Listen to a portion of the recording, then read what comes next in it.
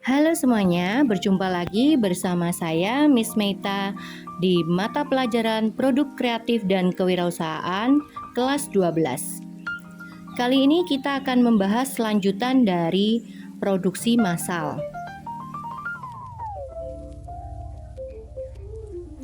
Materi yang akan kita bahas dalam PPT ini adalah ada di poin 3 dan 4, yaitu pengukuran dan keberhasilan produksi massal dan tahapan dalam produksi massal. Poin C, indikator keberhasilan produksi massal ada dua. Yang pertama, keberhasilan manajemen produksi. Dilihat dari A, produktivitas, B, kapasitas, C, kecepatan pengiriman, D, kualitas produk, E, kecepatan proses, F, fleksibilitas. Indikator nomor 2 yaitu ukuran kinerja sistem produksi, yaitu A, ongkos produksi, B, kualitas produk atau jasa, C, tingkat pelayanan yang meliputi ketersediaan produk atau availability, kemudahan mendapatkan produk, dan kecepatan pelayanan. Poin D, proses produksi massal. 1. Pengertian proses produksi.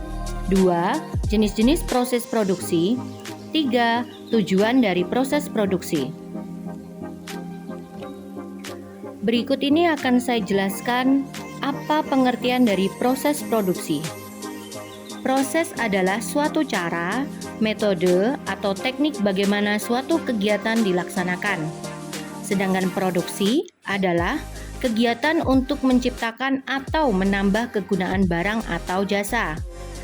Jadi, proses produksi sendiri adalah suatu cara, metode, atau teknik menambah kegunaan barang dan jasa dengan menggunakan faktor produksi yang ada, seperti tenaga kerja, mesin, bahan baku, dan agar lebih bermanfaat bagi kebutuhan manusia. Nomor 2, jenis-jenis proses produksi dikelompokkan menjadi 3. A. Berdasarkan wujud proses produksi. B. Berdasarkan arus proses produksi. C. Berdasarkan bahan mentahnya. A. Berdasarkan wujud proses produksi. Mari kita bersama-sama melihat contoh-contoh produknya. 1. Proses produksi kimiawi, yaitu proses produksi yang menitik beratkan pada adanya proses analisa atau sintesa serta senyawa kimia. Contohnya, perusahaan obat-obatan, tambang minyak, dan lain-lain. 2. Proses produksi perubahan bentuk, yaitu proses produksi yang menitik beratkan pada perubahan masukan atau input menjadi keluaran atau output sehingga didapatkan penambahan manfaat dari barang tersebut. Contohnya, perusahaan mebel, pabrik garmen, dan lain-lain. Bisa kita lihat bersama gambar di sebelah kanan. Ini adalah sebatang kayu yang diproses sehingga menjadi lemari, kursi, meja, ataupun produk lainnya.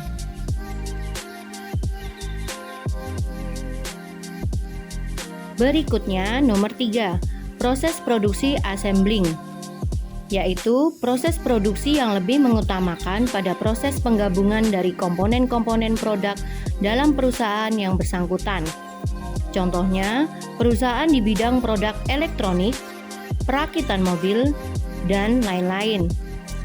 Bisa kita lihat bersama di sebelah kanan ada contoh proses perakitan.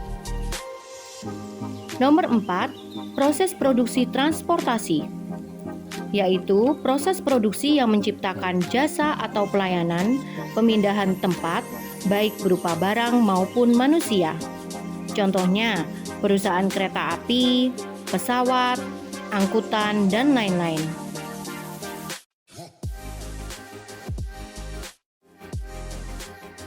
Nomor 5, proses produksi penciptaan jasa administrasi, yaitu proses produksi yang memberikan jasa administrasi kepada perusahaan lain atau lembaga yang membutuhkan. Contohnya lembaga konsultan manajemen dan akuntansi, biro konsultan manajemen, dan lain-lain. Poin B, berdasarkan arus proses produksi. 1. Proses produksi terus-menerus, yaitu proses produksi barang atas dasar aliran produk dari satu operasi ke operasi berikutnya tanpa penumpukan di suatu titik dalam proses. Direncanakan dalam jumlah besar, variasi atau jenis produk yang dihasilkan rendah, dan bersifat standar atau biasanya disebut produksi massal. Contohnya salah satunya yaitu industri gelas.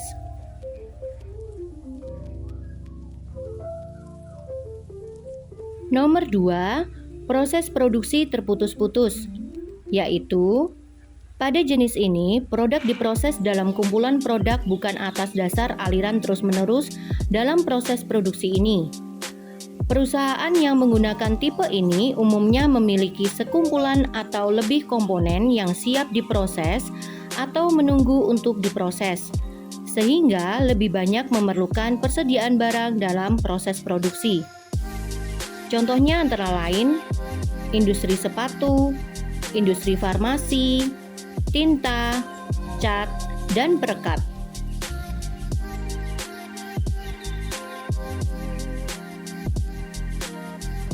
Nomor 3, proses produksi campuran.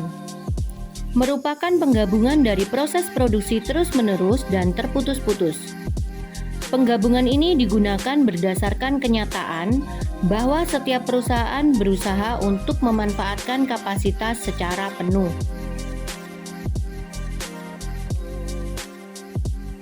Poin C, berdasarkan bahan mentahnya.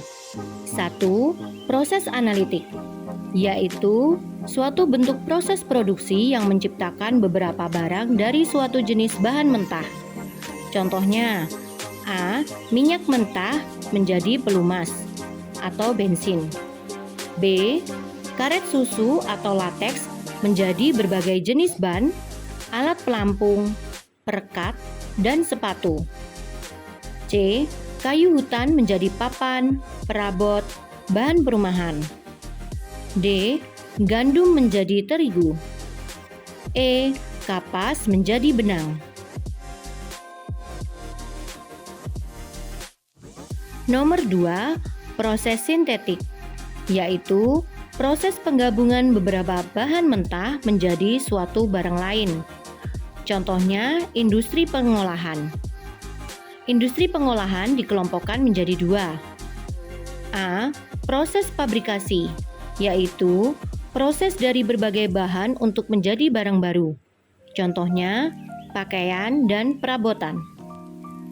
B. Proses assembling, yaitu proses dari berbagai komponen yang sudah dibuat, dipasang bersama untuk menciptakan suatu barang. Contohnya, mobil dan sepeda motor. Nomor 3, tujuan dari proses produksi. A. Meningkatkan efisiensi. Efisiensi adalah hubungan antara input, yaitu bahan baku, dengan output, yaitu produk. Maksudnya adalah perusahaan dapat menghasilkan barang atau jasa yang tetap dengan nilai bahan baku yang lebih murah. B. Meningkatkan produktivitas. Produktivitas adalah ukuran terperinci mengenai efisiensi data perubahan waktu ke waktu. Maksudnya adalah produktivitas merupakan efisiensi para pekerja juga berkaitan dengan kuantitas barang yang diproduksi. Jika sumber daya efisien, maka kuantitas output akan menjadi besar. C. Meningkatkan kualitas. Kualitas adalah suatu hasil memproduksi barang dan jasa dengan ciri dan karakter tertentu dengan standar kepuasan konsumen. Maksudnya adalah perusahaan tidak hanya memproduksi barang yang baik, tetapi harus sesuai dengan apa yang menjadi harapan konsumen. Demikianlah materi dari bab 1 tentang produksi massal. Jangan lupa subscribe YouTube Happy Teacher. Tuhan Yesus memberkati.